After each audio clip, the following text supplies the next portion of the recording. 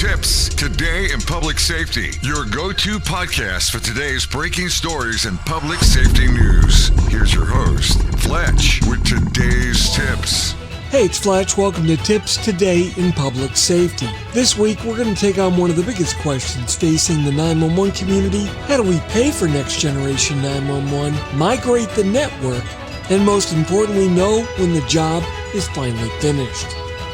The number we can't ignore. Let's begin with the number. In April, the NTIA, the National Telecom Industry Alliance, released a national cost study where they estimated that completing the transition is going to require another $5.8 billion to $9.7 billion over the next 7 years. Now, today, about $4.5 billion has already been invested, and that money's come from 911 fees and state and local funding. Now, that might seem like a lot of money, but actually, that remaining estimate is about 30 to 40% lower than the national estimate that was published back in 2018. Now, that sounds like a lot of good news, and in fact, it is. But it doesn't mean that the funding problem is disappearing. What it means is the economics are changing. You see, we're no longer talking about buying new boxes, putting them in, and then depreciating the equipment over time. Next generation 911 is increasingly being delivered like any modern service,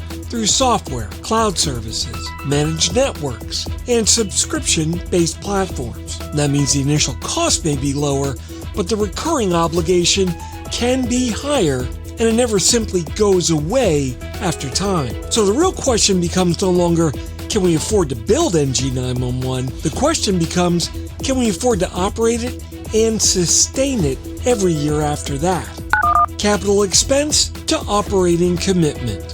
For decades, public safety technology has often been funded like a construction project. An agency gets a grant or an appropriation, purchases the equipment, completes the installation, and then begins planning for the next refresh cycle. But today, cloud and as-a-service models change that conversation. Lower upfront costs can look very attractive in a budget line, but the service now becomes a continuing operational expense.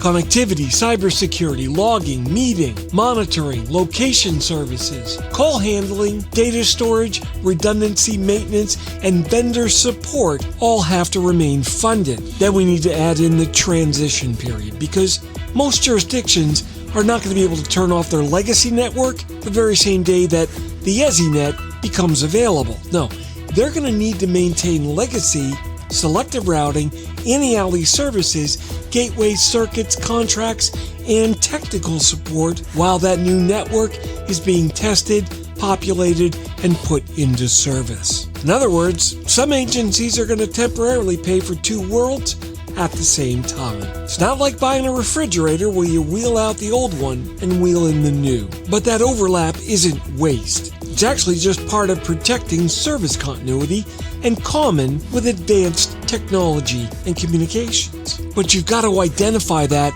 in the financial plan before that migration begins. If you fund only the visual new technology and ignore the rest of the transition, then you haven't funded the entire project. Who owns the obligation? Unfortunately, today there's no dedicated federal 911 grant program that's open for applications. Agencies are forced to work with a patchwork of 911 fees, state appropriations, local budgets, and various federal programs that may support a piece of the work, but not the whole thing. And that creates a policy decision. Should future funding actually reward states that moved early? Should it focus on jurisdictions that are still behind? Maybe federal support only pays for implementation. Or should it help paying with the recurring service costs? And how do we protect those smaller communities with smaller tax bases from becoming permanent islands in a national system? NG911 was designed to be interoperable.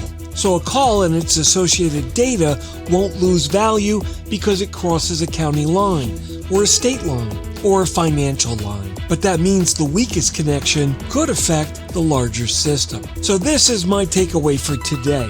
NG911 is not simply a technology purchase. No, it's a long-term public safety service obligation. Before you approve the architecture, you've got to make sure someone's modeled the full life cycle. and that includes transition, dual operation, and cybersecurity training, testing, and establishing the point where the legacy costs can finally be retired. Coming up on Wednesday, we're going to go inside the transition period because migration is not a single cutover. No, it's a carefully managed journey between two networks, and it may not happen overnight.